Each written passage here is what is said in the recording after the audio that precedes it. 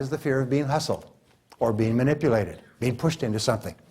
And so whenever they meet a salesperson, even though they've never met you before, their instant fears are triggered. Well, there's somebody's going to take advantage of me and hustle me and take advantage of me in whatever order. And I say it's almost like a teeter-totter, is that when you meet a customer for the first time, their fear is high, your credibility is low or no. But as you spend time with them, the balance changes, and as your credibility goes up, their fear goes down. When their fear goes down to a certain point, they buy, and there's no problem with buying. And how do you build credibility with customers? Many different ways. We'll talk about them in a second, but one of the very best ways is to be prepared. If you do some homework on your customers and find out a little bit about them before you see them, then you come in prepared, you're more credible, you're more believable. A person can relax, you're a professional. Every single person who's ever had anything written about them any time in their lifetime is on Google or Yahoo. And you can pull it up. If you're calling on a customer, it's absolutely essential that you Google them and download their website and take a look at it. So you walk in and you say, Mr. Prospect, I thank you very much for your time. I had no idea that you have 12 branches and 223 people, and you've been in business for 17 years, and you've had an average growth rate of 12.5% over the last 5 years. That's quite amazing. How do you know that?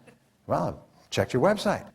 All companies have websites and people within the companies. I go and I'm calling on a company or I'm speaking for a company, I'll pull down the background information, all their key people. It's all on the website. When I meet these people, I say, oh, geez, it's nice to meet you. You went to the University of Wisconsin and you were there for 4 years before you transferred to Chicago. And how do you know that stuff? It's on your website. I read it. But your credibility goes straight through the ceiling, and their fear of dealing with you disappears. It's almost like a vanishing act, because you've done your homework. So preparation is the mark of the professional. Now this is really important. Peter Drucker, who just died last week, he said leaders are learners. They're constantly learning. And there's 3 ways that you can upgrade your skills. These 3 ways will make you rich. Number 1 is to read on a regular basis. If you read 1 book per week in your sales, if you read 30 to 60 minutes in selling each week, 30 to 60 minutes will translate into 1 book a week. 1 book a week will translate into 50 books a year. Do you know to get a PhD from the University of Chicago or the University of Michigan? To get a PhD, you have to read 30 to 50 books and synthesize them into a dissertation, and it takes 8 or 9 years. You can get a PhD in selling every year by, instead of reading the newspaper from cover to cover, just spend half an hour reading in a sales book every day. Read a little bit in the morning before you start off and think about how you can use it. Read a little bit at lunchtime, read a little bit in the evening rather than watching television. You read 30 to 60 minutes a day, it's a book a week. A book a week will give you the equivalent of a PhD in selling every year. I've never given this advice to anybody who has had the discipline to follow it, who has not tripled at least their income in the following 12 months. Their income has gone like this and gone hockey sticked when they just start reading, because you start reading, you see all kinds of different ideas and ways that you can serve your customers better. The stuff that you will learn from reading is phenomenal, if you have the discipline to do it. The second thing is listen to audio programs in your car, preferably Brian Tracy audio programs. The average sales professional in America drives 500 to 1,000 hours. 500 to 1,000 hours behind the wheel of your car. So I say don't listen to them sitting there. Listen to them when you drive, because your physical mind is taken up by the driving, so your mental mind is free to learn. And you can stop, start, move them forward and backward and so on. So that is the equivalent of 3 to 6 months of 40-hour weeks. That's the equivalent of 1 to 2 full-time university semesters. The University of Southern California said that you can get the equivalent of full-time university attendance just listening to audio programs as you drive from appointment to appointment. If you use and turn driving time into learning time, turn your car into what is called a mobile classroom, a classroom on wheels, and just continually learn. A good audio program contains the distilled essence of 30 to 50 books, and it usually is suffused with hundreds of hours of, maybe thousands of hours of personal experience. All right, number 7, and this is the most important of all, is they see themselves as the presidents of their own personal service corporations. They see themselves as the presidents of their own personal services corporations. Now, here is a great question. How many people here are self-employed? Well, what's the true answer? You can't see behind you. What percentage of these people are self-employed? Yes, 100%. Everybody is self-employed. Everybody is the president of their own personal services corporation from the time you take your first job until the time you retire. You're all the presidents of your own lives. The point that I'm making is that when you begin to see yourself as the president of your own company, you become a different person. You carry yourself differently. You dress differently. You see yourself as a more important person. You like yourself and respect yourself more, and it emanates from you like a light that affects your relationships with your customers. You're more gracious, you're more effective, you have more personal power. Are you with me so far? Yes. And the critical thing is to say these words, I am responsible. This means no more excuses, no more blaming, no criticizing, no complaining. You're responsible. You are not a victim. Lack of responsibility is the major reason for failure in adult life. It's failure not only at a personal level, social level, economic level. The acceptance of responsibility is the mark of the superior person. Now this brings us to the next part of selling, and I'm going to talk about 3 critical parts of selling today. The most important part, and probably the 2 areas where we need the most help. The first has to do with this one-to-one relationship. Remember we said before there's a direct relationship between how well you get along with other people, how much they feel that you care about them, and how likely it is that you will be successful. So this brings us to some of the most exhaustive research, starting with Harvard research on selling. And the basic rule is selling for the 21st century will be relationship selling. All sales are relationship sales. Whether you're selling ships or airplanes or ice cream cones, it's all relationships. So we go to page number 2, and we call this relationship selling, and here's the rule. Today, because of complex selling, relations often continue after the sale. Relationships often continue after the sale. So when you've made the sale isn't over. And this is important. It used to be if you buy a newspaper, you never have to see the person again. If you buy an article of clothing, you don't have to see them again. But if you buy more complex products, like more complex services or products or homes or technology, then you are beginning a relationship. We say we do not close sales, we open relationships, because that's when the relationship begins. As far as the customer is concerned, the sale only begins when they say yes. For many salespeople, the sale is now over when they've made the sale. As far as the customer is concerned, the selling relationship has just begun. So this brings us to number 2. The decision to enter into a sale is the decision to enter into a long-term relationship. Now there's another metaphor for a long-term relationship, and it's called a business marriage. Up to now, you've been calling on me, I've been calling on you, we've been dating. Now you're proposing marriage. Now you're proposing that I buy from you, which is the same as a marriage. It's a long-term relationship. Now, one of the most important factors that happens between dating and marriage, between visiting with the salesperson and buying, is this factor raises its ugly head. It's called dependency. Now, human beings don't like to be dependent on others. Why? It's because we have allowed ourselves to become dependent upon others in the past, and we have been hurt. And so therefore we are very careful about becoming dependent on others. There's a concept in selling called seeding. Seeding is where you just sort of drop what we call by the ways in the course of your sales conversation. When you say, oh, by the way, people pick it up and file it away, but it's not part of your presentation. Here's one of the best by the ways. You say, oh, by the way, people say we give the very best after-sales service they've ever experienced. By the way, our customers say that they have fewer problems with this than any machine that they've ever used. By the way, people that I've dealt with say this wonderful thing about our product. We take good care of them afterwards. We're fast and responsive if they have any problems or complaints, by the way. So number 3 is the customer wants a relationship first. The customer wants a relationship first. The customer wants a relationship first. The customer wants to feel confident in you. You see, the customer doesn't know whether you use titanium welds on your motherboards. They don't know what sort of computers you use to process accounts receivable and payable. They don't know about your service people. They don't know anything about what's going on in your company, so they have to fixate on something, and usually it's you. In selling, we talk about your area of differentiation, your unique selling proposition, your area of competitive advantage. And the fact of the matter is, the one thing where you can win in any sale is yourself. It's because nobody else can be you. You are unique and special in all the world. The quality of the relationship that you can build with the prospect cannot be replaced by anybody or anything else. And top salespeople realize the most important decision will be, do they like me? And they call this liking. We talk about caring, is how much does the person like me? and they like you as a result of some of the things we'll talk about. The more I like you, the more I want to do business with you. The more I like you, the more I trust you, the more confident I am that you will take care of me. The more I like you, the more relaxed I am about going ahead. And the more I like you, the less likely it is I will buy from someone else, even if their product or service is cheaper than yours. I will pay more to buy something from someone I like than from someone that I'm questionable about.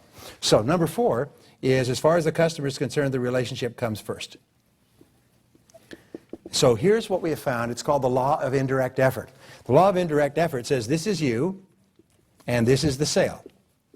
And many people think if they just go straight for the sale, like for the jugular, they'll be successful, but often that just shows that you don't care about them, you only care about making a sale. So what you do is you do one bank in the side pocket, you focus on the relationship, and if you focus on the relationship, the sale will take care of itself. So using this law of indirect effort, this is the key to success in human relationships. The law of indirect effort is to take the time to get to know them, understand them, show that you care about them, listen to them carefully, look for ways to help them, focus on the customer before anything else, and the sale will take care of itself. So we call this the new model of selling. Okay. If I get off the chart here, you tell me. The new model of selling contrasts the old model of selling with the new model of selling. It's important to understand, there's the old model. Now the old model was broken into 4 parts. The first part of the old model of selling, and this is the way selling was taught for several thousand years, right up until the 70s and the 80s. By the way, you know that selling is the oldest profession. Some people think that something else is the oldest profession, but that's merely a subcategory of selling. So the first 10% of the old model of selling, first 10% was developing rapport. Hello, how are you? How are the wife and kids? Get right down to the purpose of your business. Don't waste time with the customer. People are busy. That's old model selling, old school. The second part of the old model of selling, 20%, was qualifying. Find out how much money they have before you waste any time with them. Today, however, almost everybody today has access to lines of credit, so that's not even that important. Number 3, 30% of the old model of selling was presenting. And this is where you used every trick that you possibly think of to talk them out of the money that you had determined that they had in part 2. Well, the last part of the old model, 40%, was closing. And we were told buyers are liars, so close them early and often. I read a sales magazine recently, and it said the most successful formula in selling is the ABC formula, always be closing. That stuff went out decades ago. People who are writing this stuff also walk along and drag their knuckles along the ground. I mean, this is prehistoric selling. It simply doesn't work in the United States of today, and for definite reasons. Now, in the 70s and 80s, the model flipped. It flipped, and it was like an upside down, what we call the new model of selling. And it also had 4 levels. Now, the reason this happened is America experienced a perfect storm. The perfect storm was 3 things. First of all, America, after World War II, enjoyed the greatest level of affluence and rising of any country in the history of man on earth, until Reagan came in the 80s and cut the taxes, and then the economy exploded again and created another 57 million jobs. The new model has 4 parts. The first part of the new model, 40%, is building trust. Now, the fact is that trust is the critical factor in relationships. It's the critical element of all relationships, between friends and friends, between husbands and wives, between parents and children, especially between sales professionals and their clients. Trust is the element, it's the glue that holds our society together. Now, the next 30% of the new model of selling is identifying needs accurately. And the more you ask a customer or prospect about his or her needs and listen closely to the answers, the more the prospect trusts you. And the more the prospect trusts you, as you listen, the more they will tell you. And the more you ask questions and listen, the more they will tell you. And eventually the prospect will open up and tell you everything you need to know to either make a sale or to realize this is not a good prospect for what you're selling. Because they trust you so much, they will play what we call open kimono with you. They will tell you everything because they want you to have enough information to give them good advice. And they trust you. They know that you won't take advantage of them. Just like a doctor. You become like a doctor of selling. Your job is to do a thorough examination before you make any attempt at a diagnosis. And the doctor, when the doctor is interviewing a patient, the patient tells the doctor everything they possibly can because they want the doctor to be able to make a good diagnosis. So these are the two parts. So how far into the sales conversation do you need to be before you even mention your product? 70%. And this is one of the great differences. They have videotaped over 55,000 sales calls and watched these calls, interviewed the salespeople and the customer before and after the call to find out what they were thinking. If it turned into a sale, they asked them why they bought. If it didn't turn into a sale, they asked the customer why they didn't buy. If it took several meetings before it turned into a sale, they asked what happened between the first meeting and the subsequent meetings. And they developed a very clear profile of the successful selling process. What they found is successful salespeople don't start talking about their product until they and the customer are absolutely clear that a need exists. And they only do that by questioning. But unsuccessful salespeople, let's say average salespeople, the bottom 80%, they start talking about their product from the get-go. Hi, how are you? Let me tell you what I've got. Even before they even know if this person is a prospect. So therefore, the slower you go at the beginning, and the more careful you are about clearly identifying the prospect's need, the better you are when you begin to present. Which brings us to the next 20%. And the next 20% is presenting. But in presenting, it's very simple. What you do is you simply match the customer's needs to your product or service. Very much like gears. You know, if you shift gears and the gears mesh, they're soundless. But if the gears clash, it makes a lot of noise. When you match your selling process to the customer's buying process, the meshing is perfect, like hands in a glove. So you find that you don't try to sell your product, you just show your customer that based on what he or she has said, your product or service is the ideal thing, all things considered. And here's a rule in selling. People don't argue with their own data. People don't argue with their own information. If you say it's good, that's you saying it. But if I say this is what I wanted, and you point out that your product will do that for me, how can I argue? So the best salespeople feed it back and say, based on what you said, you were concerned about this, well, our product will do that. And you wanted this, well, this product has what you wanted. And you had this problem before, well, this product is designed to avoid that problem. People don't argue with their own data. So the very best sales presentation is where you match carefully what the customer has said to what you offer. And the customer can't argue. The sale then goes together smoothly. Well, the last part, the last 10% of the new model is confirming or closing the sale. Does this make sense to you? Do you like this? Is this what you had in mind? Is this what you were looking for? Is this better than what you're doing now? The closing is very gentle and very professional if you've done the first parts properly. You don't have to use arm wrestling techniques to get the person to make a decision because the decision is obvious because you've matched the needs so well. The sale is actually made in the presentation. The presentation is the critical part where you simply show the customer that based on what they want and need, based on their problems or situation, what you're offering is the best thing, all things considered at this time. It may not be the best thing in the whole world, but all things considered at this time, it's the best choice. Rule number 6 is that listening builds trust. Listening builds trust. Now, if you only remember one thing from today, remember this rule, because this rule will make you popular, it'll make you happy, it'll make you successful, and it'll ultimately make you rich. Leaders, in one of the best management studies done out of Harvard recently, they say leaders are excellent listeners. Leaders are not people who talk and give orders and tell this. Leaders go around and ask a lot of questions. And as a result, they get a lot of very good information and a good understanding of the decisions that need to be made. Leaders are great listeners. Top salespeople are superb listeners. So listening builds trust. So one-to-one relationship between asking questions and getting a chance to listen and building trust, and trust is what leads to the sale. So we say here that, listening skills are the keys to sales success. Listening skills are the keys to sales success. And there's 4 basic listening skills. If you have read all the articles and taken all the courses and listened to all the audios and watched all the videos, there's 4 keys to listening. If you read all the articles in Cosmopolitan and Vogue and People and all that and all the questionnaires and everything else and all the articles telling what he wants, what she wants, and so on, it comes down to 4 basic listening skills. First listening skill is listen attentively. Listen attentively. Listen without interruptions. Listen very closely. What we have found, there's an interesting book, sold 1 million copies, called His Needs, Her Needs. And it's about needs between men and women. And what are the primary needs that men and women have? Well, the primary need that a woman has is to be paid attention to. She wants affection, but affection is expressed in paying attention. The flip side is that there's nothing that makes a woman angrier or more frustrated than to be ignored.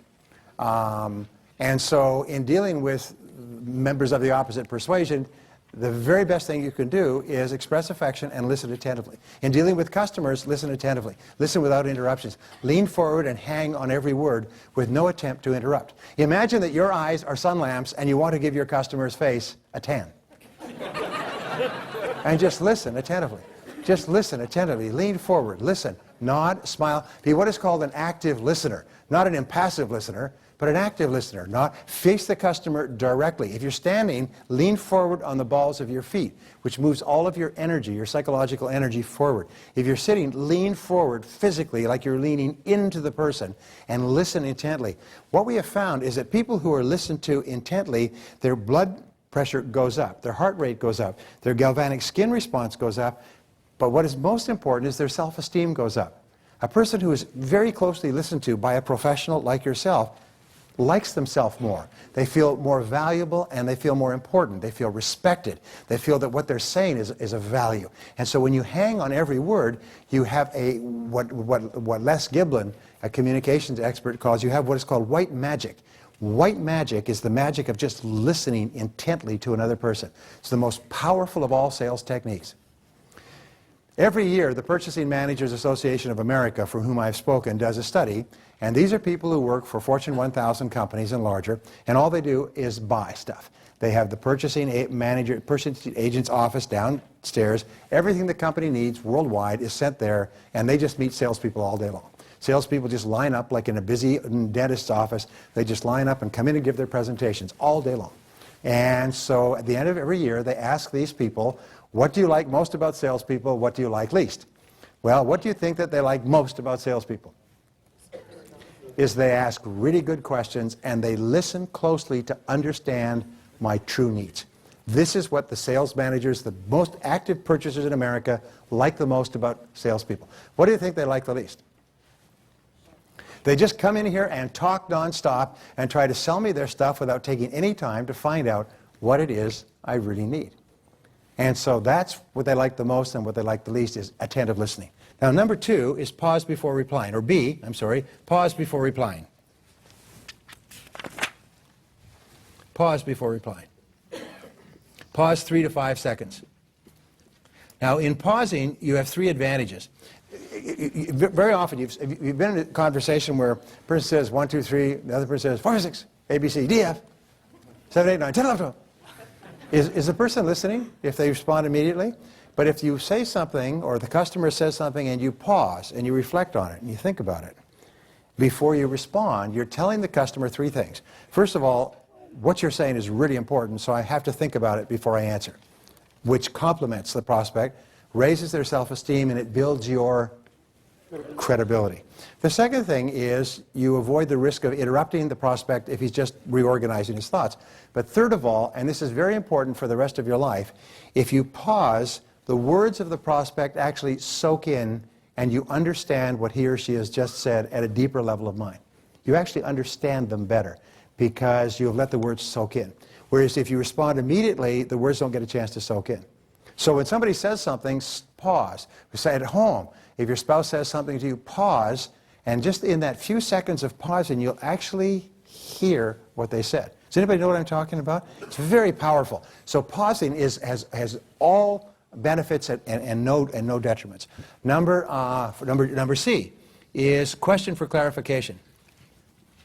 Question for clarification. And here is the basic rule, is the person who asks questions has control. The person who asks questions has control. And the very best question you could ask in selling is this. It is, how do you mean? How do you mean?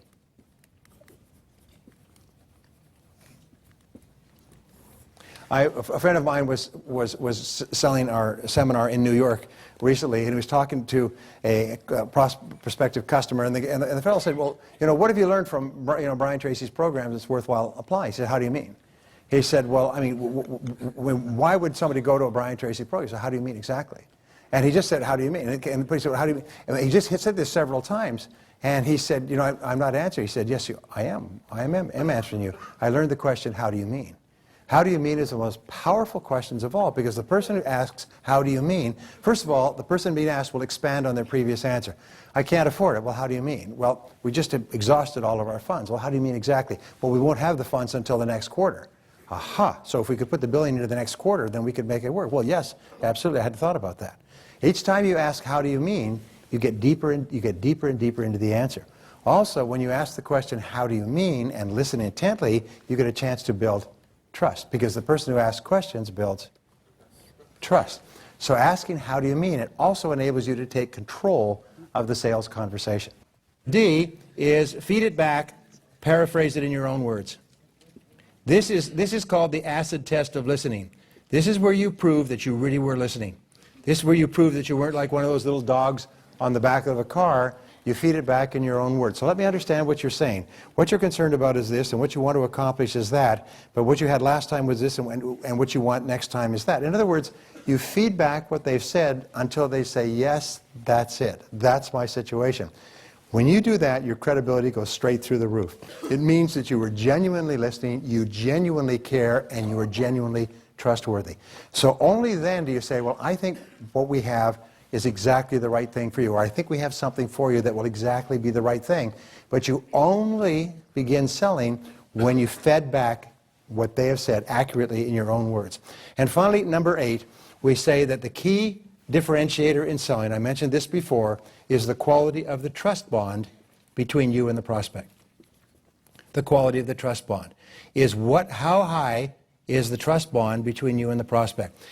The rule is that if a customer really, really likes you, the details will not get in the way of buying from you. If the customer is not sure, if the credibility is at issue, the details will trip you up every step of the way. They'll argue over the details, and they'll argue over the price, and they'll argue over the differences between you and your competition. But if they like you, they'll find a reason to buy from you. So the trust bond is the critical factor. And the rule is that listening builds trust.